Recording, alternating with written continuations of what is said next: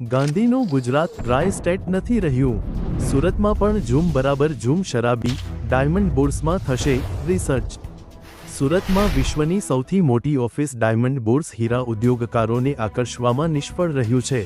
તેને જોતા હીરા ઉદ્યોગકારોએ હીરા ઉદ્યોગને પ્રોત્સાહન મળે, દેશ-વિદેશના હીરાના વેપારીઓને આકર્ષી શકાય તે હેતુથી રાજ્ય સરકાર ગિફ્ટ સિટીની જેમ સુરત ડાયમંડ બોર્સમાં પણ દારૂ પીવાની છૂટ આપી શકે છે. સરકાર ખુદ ગુજરાતમાંથી દારૂબંધી હળવી કરવાના મૂડમાં.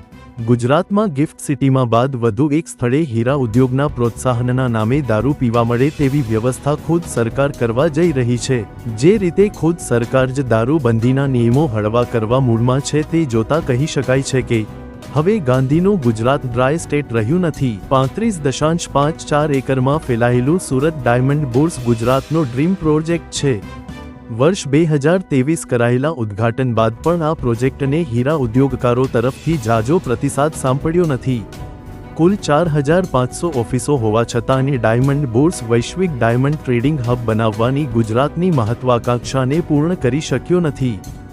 ગિફ્ટ સિટીમાં ઉદ્યોગકારો રોકાણકારોને આકર્ષવા માટે દારૂબંધીની છૂટ અપાઈ હતી. સુરત ડાયમંડ બોર્સના પદાધિકારીઓએ પણ રાજ્ય સરકારને દારૂ પીવાની છૂટ માટે માંગ કરી હતી. ગિફ્ટ સિટીની જેમ જ દારૂની છૂટને લઈને રાજ્ય સરકાર હીરા ઉદ્યોગકારોની દરખાસ્તને મંજૂરી આપે તેવી સંભાવના વ્યક્ત કરવામાં આવી રહી છે.